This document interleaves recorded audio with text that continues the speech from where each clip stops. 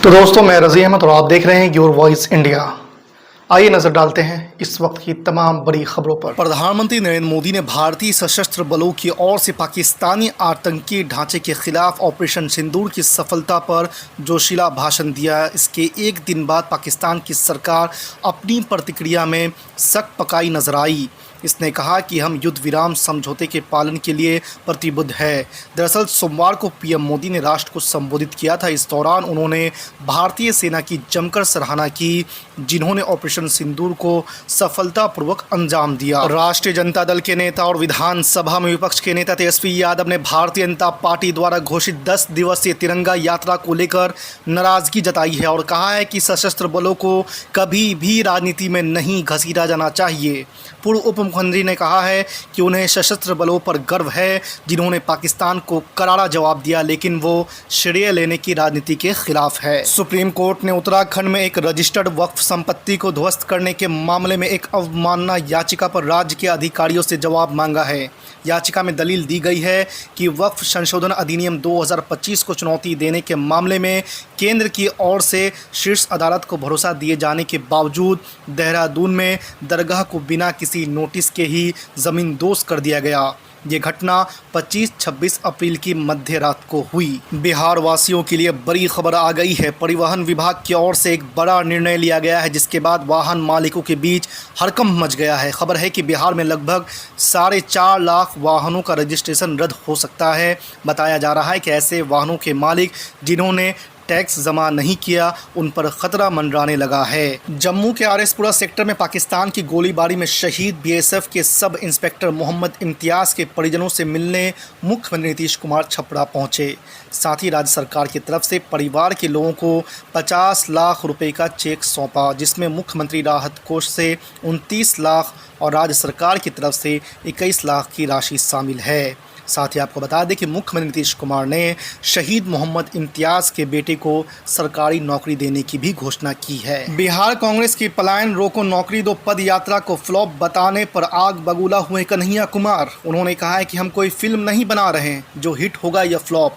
जी आपको बता दें कि दरअसल कन्हैया कुमार समेत अन्य नेताओं ने पीसी कर रहे थे कि राहुल गांधी के आगामी बिहार दौरे के बारे में जानकारी साझा कर रहे थे। कांग्रेस के पूर्व राष्ट्रीय अध्यक्ष 15 मई को दरभंगा से शिक्षा न्याय संवाद की शुरुआत करेंगे। इसी में पत्रकार ने जब सवाल पूछा तो कन्हैया कुमार ने कहा कि हम कोई फिल्म नहीं बना रहे हैं, बल्कि हम लोगों के हक के लिए लड़ रहे हैं। प्रधानमंत्री नरेंद्र मोदी मंगलवार की सुबह पंजाब में आदमपुर वायु सेना केंद्र पहुंचे। यहां उन्होंने वायु सेना के जवानों से बातचीत की और उनका हौसला बढ़ाया।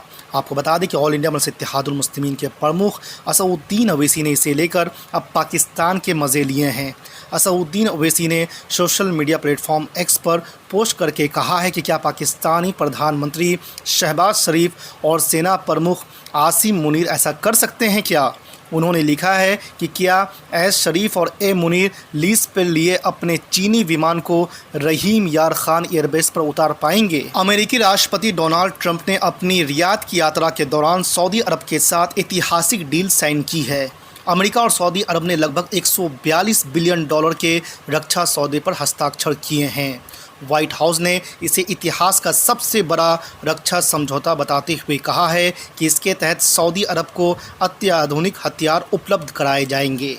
बीसीसीआई ने सोमवार को आईपीएल 2025 का मौजूदा सत्र 17 मई से 6 स्थानों पर फिर से शुरू करने का फैसला किया है, जिसमें संशोधित कार्यक्रम के अनुसार फाइनल 3 जून को होगा।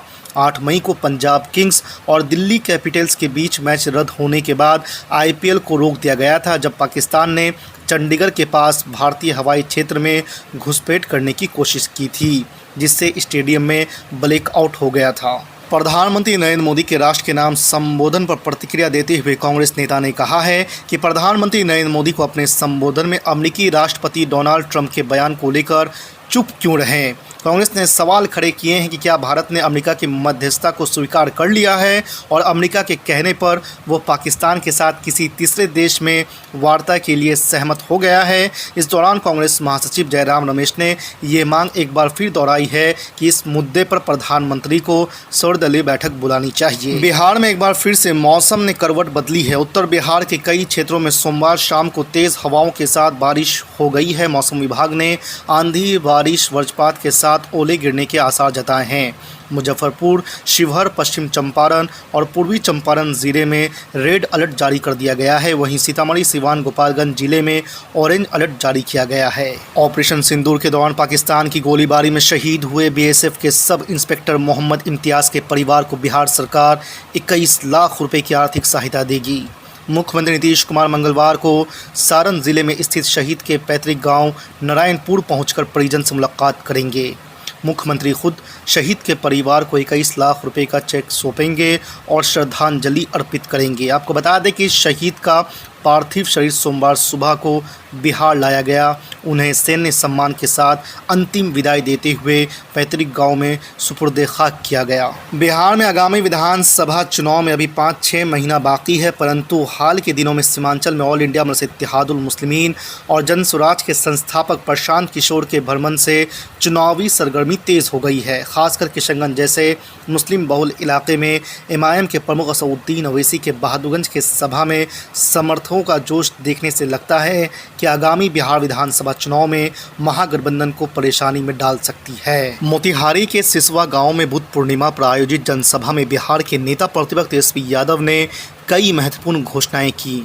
उन्होंने सर्वप्रथम हाल ही में हुए आतंकी हमले में शहीद बिहार के जवान मोहम्मद इम्तियाज़ को श्रद्धांजलि अर्पित की।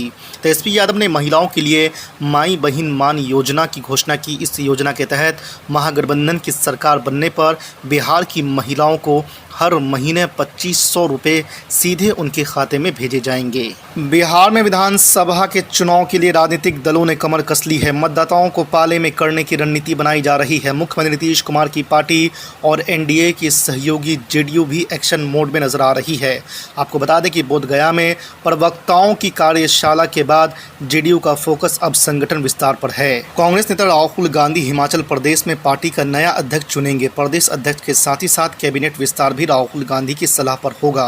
राहुल गांधी ने प्रदेश कांग्रेस की गुटबाजी और कांग्रेस हाईकमान की नाकामी पर संज्ञान लिया है, क्योंकि पार्टी हाईकमान 6 महीने से अधिक समय बीतने के बाद भी हिमाचल में पार्टी का नया संगठन नहीं बना पाए। इसे देखते हुए राहुल गांधी इसी सप्ताह हिमाचल के सीएम समेत तमाम शीर्ष नेताओं को दिल्ली तलब करने वाले हैं। समाजवादी पार्टी के प्रमुख अखिलेश यादव ने पार्टी के कार्यकर्ताओं से विधानसभा चुनाव की तैयारियों में पूरी ताकत से जुटने के लिए कहा है। अखिलेश यादव ने कहा है कि उत्तर प्रदेश की सभी समस्याओं का समाधान केवल पीडीए सरकार ही कर सकती है। आपको बता दें कि अखिलेश यादव सपा को पीडीए की संज्ञा देते हैं। अखिलेश यादव ने लखनऊ में समाजवादी पार्टी के मुख्यालय पर कार्यकर्ताओं से बात करते हुए भाजपा पर कई आरोप लगाए हैं। अखिलेश यादव ने कहा है कि भाजपा की सरकार में यूपी में भ्रष्टाचार चरम पर है। भारतीय सेना द्वारा सीमा पर पाकिस्तान की कायराना हरकतों का मुंहतोड़ जवाब देने के बाद भारत के प्रधानमंत्री नरेंद्र मोदी ने पाकिस्तान को स्पष्ट शब्दों में चेतावनी दे दी है। प्रधानमंत्री नरेंद्र मोदी ने पाकिस्तान को खुली चेतावनी देते हुए कहा कि अगर सीमा पार से गोली चलेगी तो भारत गोलों से उनका जवाब देगा। सूत्रों के मुताबिक रविवार को पीएम मोदी ने कहा कि वहां से गोली चलेगी तो यहां से गोला चलेगा।